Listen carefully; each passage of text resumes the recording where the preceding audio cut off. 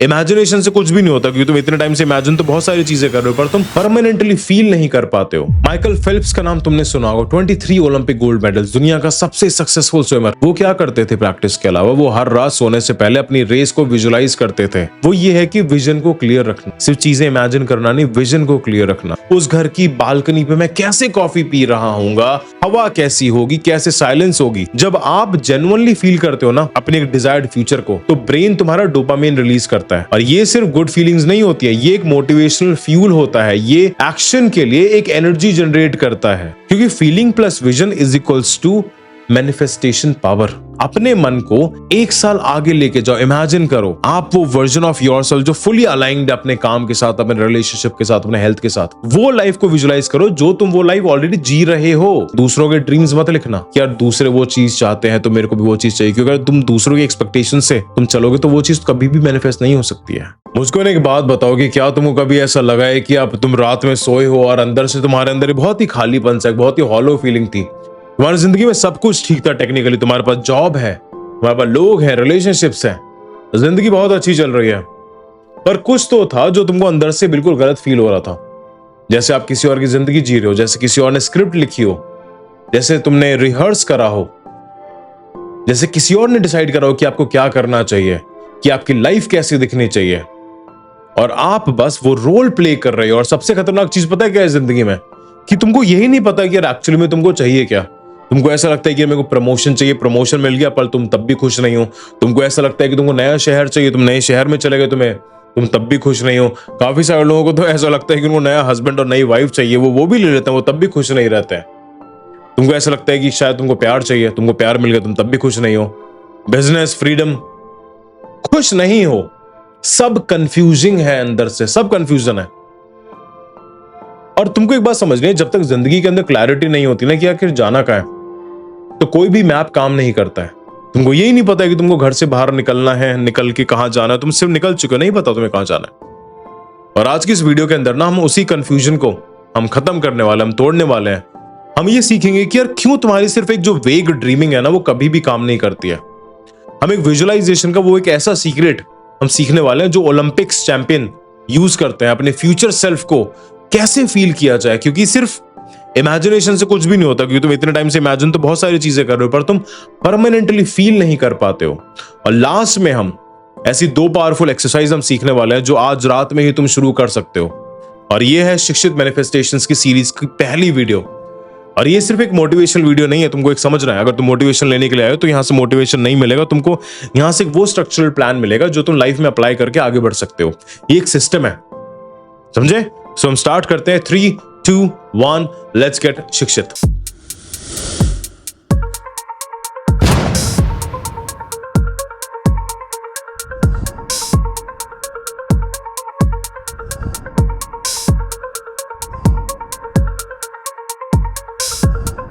अब मैं तुमको एक स्टोरी सुनाता हूं अपने एक स्टूडेंट की। उनका हम हाइपोथेटिकल नेम ले लेते हैं, मतलब एक फेक नाम बना लेते हैं, नेहा।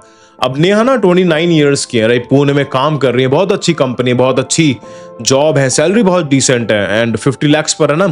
फैमिली उनको खुश है, फैमिली उनको देख के बहुत ज्यादा खुश रहती है। पर नेहा जब भी रोज सुबह उठती है ना, उनका जो फेस होता है बहुत ही ज्यादा डल होता है, बहुत ही ज्यादा लथार्जिक होती है, स्ट्रेस के अंदर होती है कि यार लाइफ में कुछ ना कुछ तो मिस हो रहा है, कि कुछ इंपॉर्टेंट।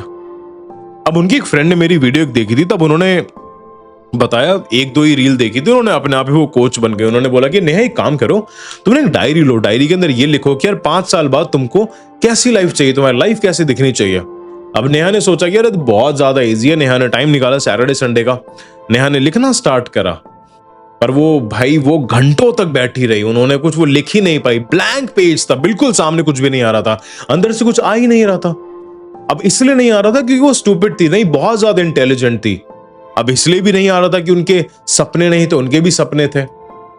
पर रीजन ये था कि उन्होंने कभी जेन्युइनली खुद से ये क्वेश्चन पूछा ही नहीं था कि भैया क्या चाहिए।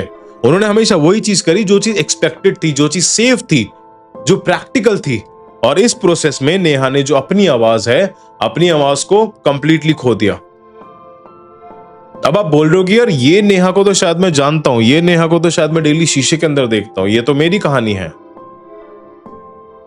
अब या तो आप भी नेहा रहे हो, या आप नेहा हो, राइट?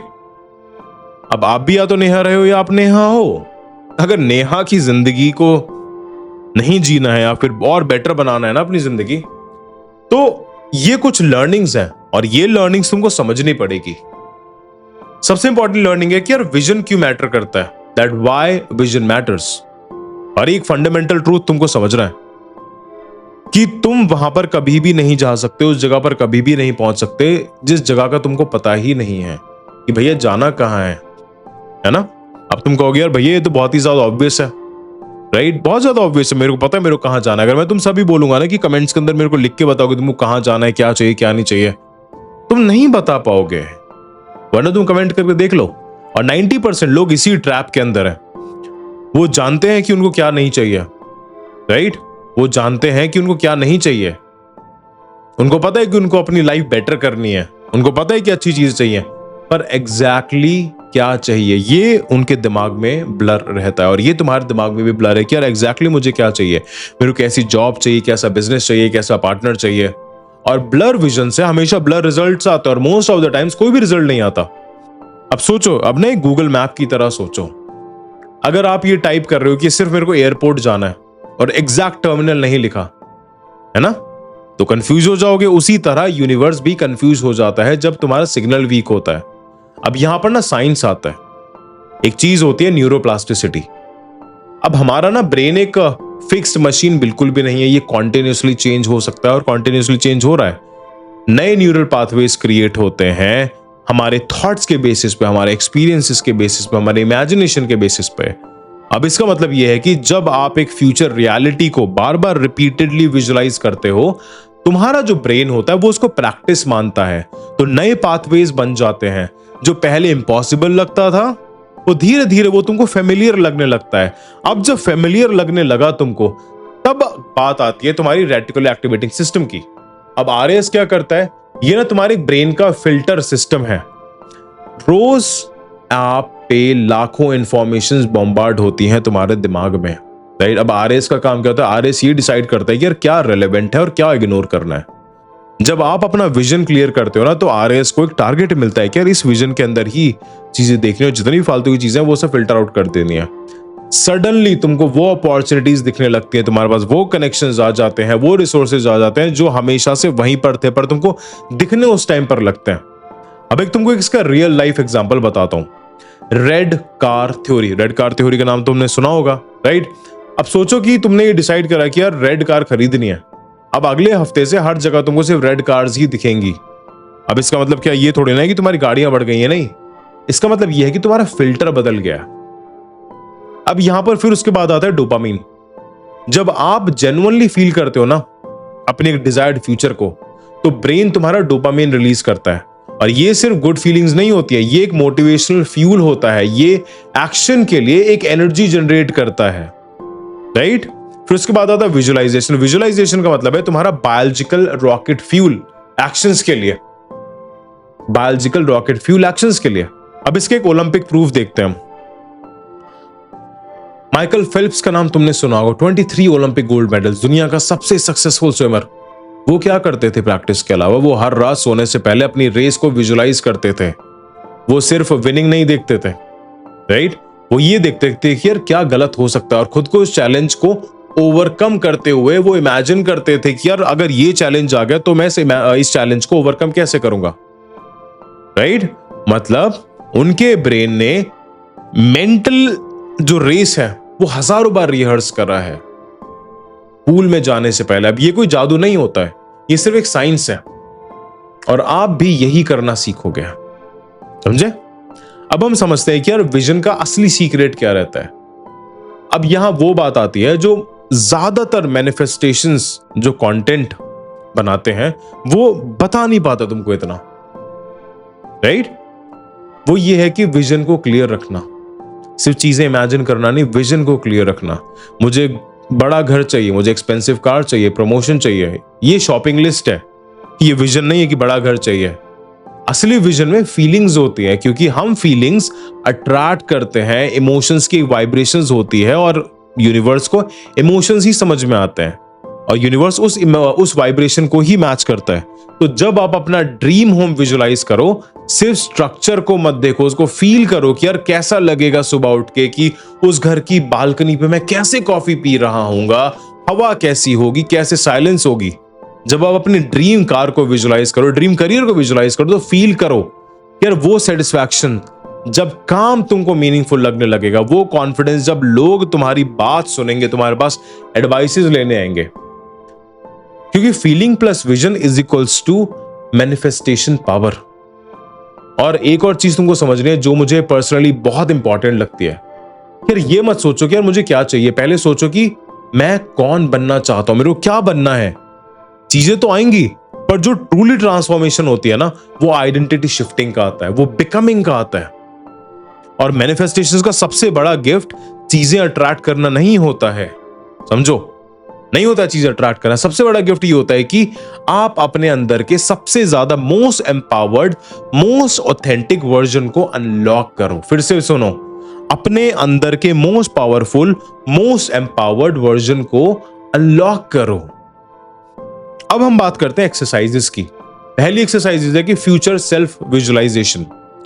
अब करते हैं, और ध्यान से समझना, ध्यान से करना, और ये अभी करो या आज रात में जरूर करना, इसलिए इस वीडियो को सेव करना पड़ेगा, पर करना जरूर है। 10 मिनट फ्यूचर सेल्फ विजिट। एक शांत जगह पर बैठ जाओ, अपना फोन साइलेंट कर दो, अपनी आंखें बंद करो, 4 काउंट्स के लिए सांस अंदर लो, रोक लो और 2 काउंट्स के लिए बाहर निकाल दो, फिर 4 काउंट्स में छोड़ दो। ऐसा 3 बार रिपीट करो। अब अपने मन को 1 साल आगे लेके जाओ। इमेजिन करो आप वो वर्जन ऑफ योरसेल्फ जो फुली अलाइंड अपने काम के साथ, अपने रिलेशनशिप के साथ, अपने हेल्थ के साथ, वो लाइफ को विजुलाइज करो जो तुम वो लाइफ ऑलरेडी जी रहे हो। अब उसको जेन्युइनली फील करो। सुबह उठ के कैसा फील होता है, एनर्जी कैसी है, कहां हो, क्या कर रहे हो, कौन लोग हैं तुम्हारे आसपास, क्या तुम अपने आप पे प्राउड फील कर पा रहे हो, क्या तुम पीसफुल हो, क्या तुम एक्साइटेड हो। उस फीलिंग को पकड़ो और जितना हो सके वहां पर रहो, उसको फील करो। फिर धीरे धीरे अपनी आंखें खोलो और ये रोज करो, सिर्फ 10 मिनट। ये तुम्हारा आरएस एक्टिवेट करता है, ये तुम्हारे ब्रेन में नए न्यूरल पाथवेज बनाता है, ये डोपामिन रिलीज करता है जो एक्शंस को फ्यूल करता है, समझे। अब हम दूसरी एक्सरसाइज बताते हैं, that is called the vision board. Vision board plus feeling list, समझे। अब the feeling first vision board, इसका नाम लिख लो। एक खाली पेज लो या अपना जर्नल लो, पहले लेफ्ट साइड पे लिखो कि यार मैं कैसा फील करना चाहता हूं, जैसे फ्री, कॉन्फिडेंट, पर्पसफुल, या फिर पीस में, या फिर एक्साइटेड, या फिर लव्ड, राइट। और फिर राइट साइड पे एक चीज लिखो कि यार कौन सी चीजें, सिचुएशन मुझे ये फील कराएंगी। यहां पर स्पेसिफिक हो, जितना हो सके उतना डिटेल के अंदर लिखो। और नहीं लिखना आता, डिस्क्रिप्शन के अंदर लिंक है, कॉन्टैक्ट कर सकते हो मेरे से, मैं तुम्हारी हेल्प कर सकता हूं। और ये जो भी चीज आप लिखोगे ना, ये ऑथेंटिक होना चाहिए। दूसरों के ड्रीम्स मत लिखना कि यार दूसरे वो चीज चाहते हैं तो मेरे को भी वो चीज चाहिए, क्योंकि अगर तुम दूसरों की एक्सपेक्टेशन से तुम चलोगे तो वो चीज कभी भी मैनिफेस्ट नहीं हो सकती है। पेरेंट्स के एक्सपेक्टेशन नहीं लिखना है, सोसाइटी के शुड मत लिखना है कि यार ऐसा होना चाहिए, सिर्फ तुम्हारा सच्चा आंसर लिखना होना चाहिए। ये तो पहला स्टेप है, पर ये पावरफुल है, क्योंकि जब फीलिंग्स फर्स्ट आती है ना, तो विजन नेचुरली तुम्हारे सामने इमर्ज हो जाता है। और जब विजन इमर्ज होता है तब तुम्हारी जर्नी स्टार्ट होती है। समझ पा रहे हो। अब एक लास्ट बात तुमको समझनी है कि बहुत लोग ये सोचते हैं कि यार वो चेंज नहीं हो सकते, यार मैं तो ऐसा ही हूं, समझे। ये नहीं रखना है तुम्हें अपने दिमाग में, ये सब झूठ है, ये सब बहुत ही कंफर्टेबल लाइज होता है ये।